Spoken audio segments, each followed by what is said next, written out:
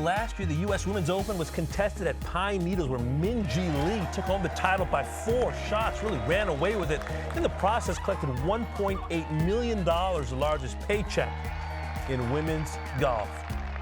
And today, the USGA hosting Media Day at beautiful Pebble Beach. This year, the U.S. Women's Open will take place there July 6th through the 9th, and we cannot wait for the national championship. And some big news today reported by our friend from Golf Week, the senior writer Beth Ann Nichols. The U.S. Women's Open at Pebble will be first women's event to feature ShotLink, the scoring system. So a lot of detailed numbers will be available, not just to the players, but the fans as well. And with that, Mike Whan, the CEO of the USGA, joins us now from Pebble. Mike, it's great to see you. You know, in your past role as LPGA commissioner, you always talked about having the women play the biggest stages under the brightest lights, so to speak. What's it like for you knowing what's coming for the best women in the game at Pebble in July? Yeah, good memory, Damon. I mean, I spent 12 years searching for the biggest stages possible, the ones that would break through, not just big for women in golf, but big for women in sport. And man, this is as big as they get. This, in my opinion, is the pinnacle of U.S. golf here at Pebble Beach. And, you know, talk about this, and when you think about big stages, Damon and Eamon, we're talking about Thursday, 6 to 11 p.m., so prime time on the East Coast. And then on the weekends, 3 to 9 p.m., both days, Saturday and Sunday, on NBC. I think the longest continuous NBC network coverage for a women's event, certainly the most primetime coverage for a women's event ever. Extended live from hours. We're going to have 26 hours of live from coverage the week of the U.S. Women's Open, 8 hours a day on Tuesday and Wednesday. And for the first time ever, we've had our docuseries about the path to the U.S. Open on the men's side, but this is the first time we're going to have a 3-part docuseries called The Path to Pebble over the course of the week before, week of, and the week after the U.S. Women's Open. We'll really talk about the journeys of players to get here and play on a stage this big. So while it's super exciting for us at the USGA, it's super exciting for the LPGA, and I know Pebble is pumped. I can tell you from the feeling around here. I want to say thank you to your company as well for making this stage as big as you're making it and making sure that fans can watch this incredible moment on the biggest possible platform. Mike, for a long time, the level of respect accorded women's golf was somewhat evident in some of the courses that held major championships. That's changed more so in recent years, particularly with Pebble this year. Yesterday, you were down at LACC, where the Men's Open is this year, and they've already committed to hosting a Women's Open in the future. Is that a conversation you're now encouraging, that the best venues that want to host Men's Opens be equally open to the possibility of having a Women's Open?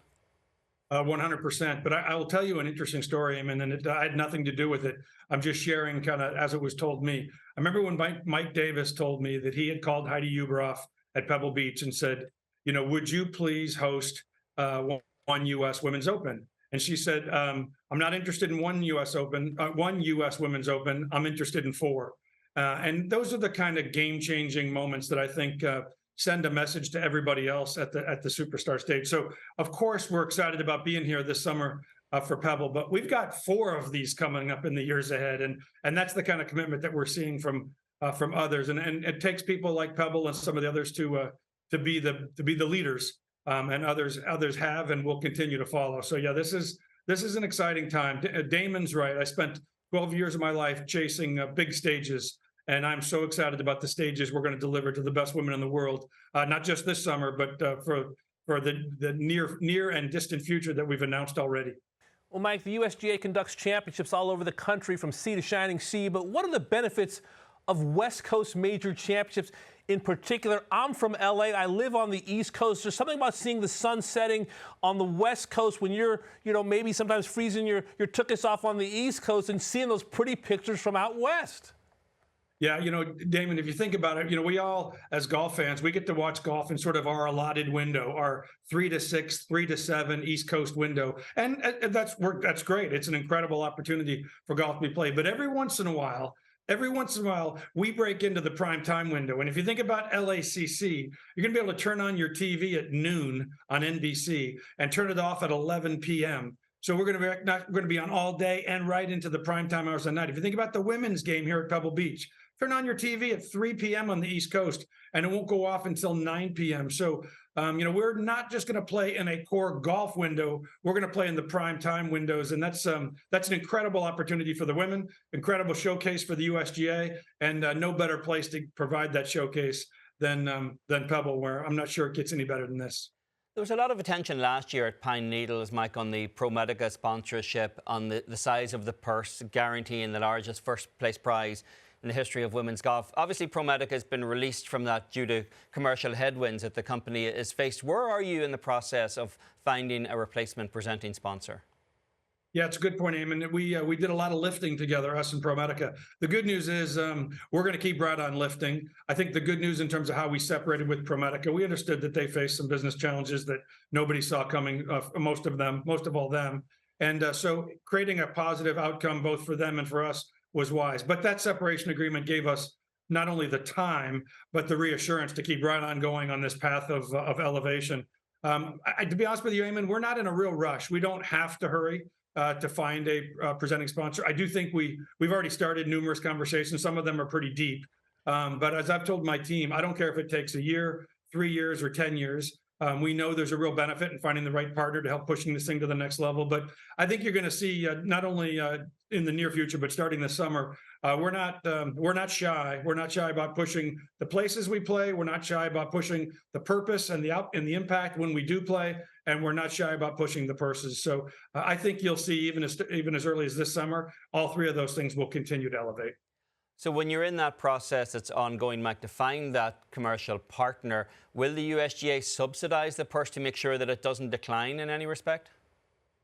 We're not going to have any purse decline, if that's what your question was, Eamon. I think if your expectation is flat purse, we might surprise you too. So yeah, we feel pretty confident that the road we laid out about a year and a half ago, when we talked about what the U.S. Women's Open was going to look like over the next decade, there's been no rerouting of that route. We're on the same route, and we're as aggressive and as positive about that as we were before. Mike, you're a passionate guy. End of March, if I recall, you called into Sirius XM and had a pretty robust discussion with Michael Breed about distance, and you said you didn't want to hinder advancements in athleticism, but you also didn't want golf courses buying 17 acres more of land and for Rory McIlroy's kids to be hitting it, hither and yon. Why were you compelled to make that point to our good buddy Michael Breed? Yeah, probably not my greatest move in my career, but I was actually driving to a doctor's appointment, so I was driving later in the day. I think I must drive in early in the morning because I don't catch Breeder's show as often as I'd like. But I was driving, and they were talking about distance and the MLR ball, and they had it about 50% right, and it was kind of driving me crazy. And they were saying, like, why does the USGA not like the fact that Rory McIlroy can drive a par 4? And I just couldn't help myself. And unfortunately, I know Breeder's number. It's stored in my phone somewhere. So I called in, with about 3 minutes before my doctor's appointment, just to try to clarify some of the things between the two. To me, I've enjoyed these notice and comment feedback periods, but sometimes people just sort of get the message wrong. And as you know me, both of you guys know me, it's difficult for me to be on a fly on the wall when I think the wrong information is being shared. So probably won't be the last phone call I'll ever make into a radio show, but I'm sure my team would like it to be a little less frequent. It is the feedback period, as you mentioned. What are you hearing so far? Yeah, it's a mix, Damon. I mean, I think sometimes it's almost humorous when I wake up in the morning and turn on my computer and get these, really passionate emails about please don't stop. And I know we should have done this a long time ago, and we'll hear from different people within the industry, and then 2 emails later I'll go, please stop. Why are you messing with distance at all? So it's a hot topic. I don't doubt that, and I think change is hard no matter who change hits, and the people that are most affected by change are the most reactive to it. But it's a long process. We've been working on this since 2018. I think I've said many times, the only solution to kind of what's happening long term, and what I mean is long term over getting here and long term going forward, the only solution that's not responsible is no solution. So we got to stay open to the different ways. We've changed quite a bit a year ago from where we are today based on real quality industry feedback. So if I was talking to a year ago, I'm not sure I would have been saying that we're going to make a bunch of change, but I thought the quality feedback we got a year ago was sound and solid, and we tried to incorporate that feedback into the process we've laid out today. I'm sure we'll have more changes, but like I said, I feel a responsibility to make sure the game is better for the generations that follow us, and we don't leave them a problem that we saw, but simply didn't have the guts to address. So how exactly we address it, still work to be done, but will we address it? I think between us and the RNA, we're as committed as we've ever been, despite we've known from the beginning that this wouldn't be easy, but sometimes doing the right thing isn't the easy thing. There's one area of technology I think everyone could embrace here, Mike. I want to talk about this ShotLink news, that it will be used at this US Women's Open at Pebble Beach. How significant is it that finally analysis of women's golf doesn't have to be anecdotal about what we've heard, that it's actually going to be based in statistical analysis in the same way that the men's game is day in, day out? Well, two things, Eamon. I think even the viewing experience gets enhanced immediately. So when we can talk about real ShotLink data, and what I mean by viewing, I don't care if you're streaming, if you're watching it on our app, and you just want to see the exact distances people are hitting and what their percentages are from hitting in from that distance. It actually makes the viewing experience better. It makes the live from experience better when you can bring some of the data in. And then I think you're right, Eamon. For the longest time, the women's golf game data just stopped at a pretty short period. And what we've become really accustomed to on the men's game, we couldn't make the same comparisons on the women's game. And I think some non-followers of women's golf are going to be floored with the talent level, especially the short game talent level of these players. So I'm excited about getting started. I'll admit to you, we got to catch up from the data perspective, but we will, and we will quickly. We're all looking forward to July and the U.S. Women's Open at Pebble Beach. You probably heard I finished T2 there at the Peer Insurance last year, Mike. But thanks for the time today. Enjoy Media Day. I just walked by your T2 trophy. It still looks awesome. Thanks, my friend. We'll speak to you soon. He is Mike Whan of the USGA.